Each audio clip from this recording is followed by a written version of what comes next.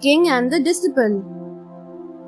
Once, a hermit and his disciples were the guests of a king. After some days, the hermit decided to go back to his hermitage. The king requested him to extend his stay.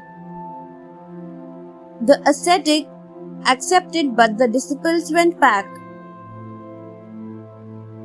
One day, the chief disciple came back to pay homage to the hermit. He did not notice the king standing there. The king heard him uttering, "Oh, what a great pleasure! Oh, what a great pleasure!" The king thought that the disciple was happy after eating the royal dishes, which was scarcely available in forests. He thought the disciple was greedy. The hermit, however, read the king's mind. He told the king that the disciple was once a king himself.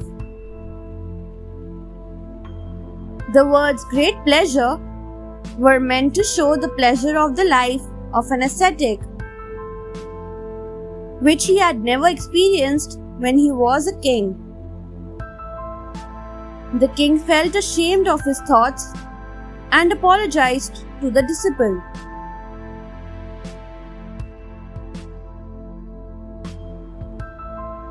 The Rogue Sage. Once, a sage came to a village. A rich man gave him a place to stay. Now, the rich man had a lot of gold. He was scared of thieves, so he kept the gold under the sage's care. After a few days, the sage came to the merchant and said, "I have spent enough time here. Now, I wish to leave." The merchant bade him farewell. The sage went some distance and came back to the merchant. He said, "I do not keep anything that belongs to others." Saying so, he took out a straw from his beard, which he himself had put there, and gave it to the merchant. The merchant was mighty pleased with the sage's honesty.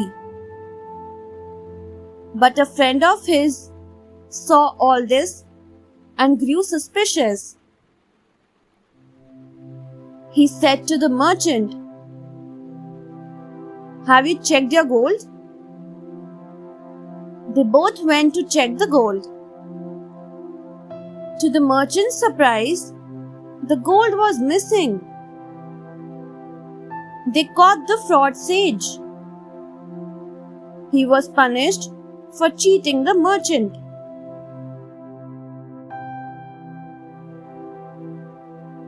The two gamblers. Two gamblers gambled every day. One was honest, but the other was a cheat. He played as long as he won. When he began to lose, he would secretly put one of the dice in his mouth and claim that it was lost. Then he would stop the game. The honest gambler saw this happening many times. He realized that the man was a cheat. He decided to teach the cheat a lesson. One day, he put poison on the dice and let it dry. The game started after some time. When the cheat started losing the game, as usual, he put the dice in his mouth. Soon he fell sick and fainted. The honest gambler, who was good at heart, cured him.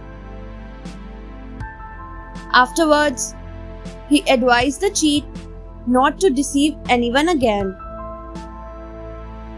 Eventually, the cheat mended his ways.